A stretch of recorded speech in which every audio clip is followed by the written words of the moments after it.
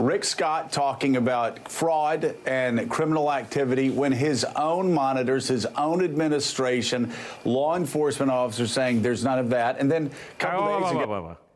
This is the problem with Mr. Deliverance over here. That's not exactly the facts. Law enforcement, which reports in this case to the Secretary of State in this instance,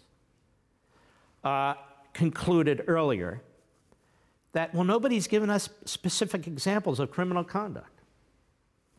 The Attorney General of Florida, Pam Bondi, has sent a letter to the Secretary of State and the federal state law enforcement bureau directing them now to get involved in an investigation here on Florida state constitutional grounds. We've had a judge direct the Broward County election supervisor to open up the system to the other party. There's been a lot that's taken place here on the record, and so to just dismiss this as some conspiracy theory really shows you how completely intellectually dishonest the Morning Schmo is, how he's now in bed with the hard left because he's on MSNBC, and they pay for his expensive clothes and dinner and home and travel. And so he is a complete fraud. Go ahead. Oh, you and I commented about a Marco Rubio conspiracy theory that all grew out of a box that was found in a school that ended up being... First of all, there is no Marco Rubio conspiracy theory. It didn't all come from a box that was in a school. And the loser on the right, his name is John Podhoretz. He writes for Commentary. He is a vicious never-Trumper. And so he's now a contributor on MSNBC, too. Notice how they pick the Republicans on MSNBC. It's always never-Trumpers.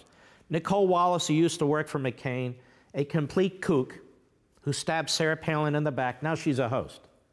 This guy, Steve Schmidt, who's a bigot, in my view, who's absolutely unhinged, he's now a regular contributor to MSNBC, and he's left the Republican Party. Then we have Podhoretz, who despises Trump. He's a neocon. His father, early on, was a Democrat, became a Republican over a number of issues, but that doesn't matter. And so now, I'm sure he'd be very, very proud. There's John Podhoretz on MSNBC. And then, of course, you have Joe Scarborough. Joe Scarborough, with Mika, tried to be a radio talk show host. He failed. He wanted a job at Fox. They wouldn't give it to him. He had his head so far up the president's you-know-what, that is Trump. Early on, the president was on constantly. They would giggle together. He and Mika and the president. Then something went wrong. You'll remember Joe Scarborough was one of the clapping seals in the audience when the president of the United States gave his first speech to a joint Congress. Then it reversed. Now he calls Trump Hitler.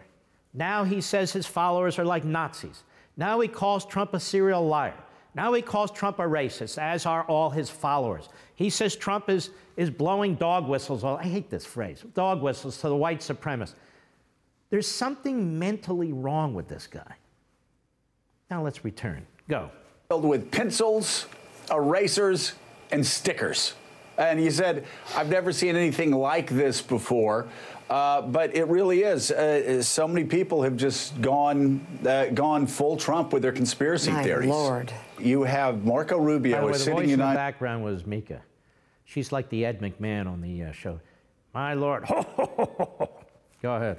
United States Senator questioning the legitimacy of an election because he sees a box that ends up being filled with pencils and erasers and stickers. Yeah, that's it, Joe. That's what got Marco Rubio concerned. He just saw a box filled with pencils, erasers, and stickers. That's all.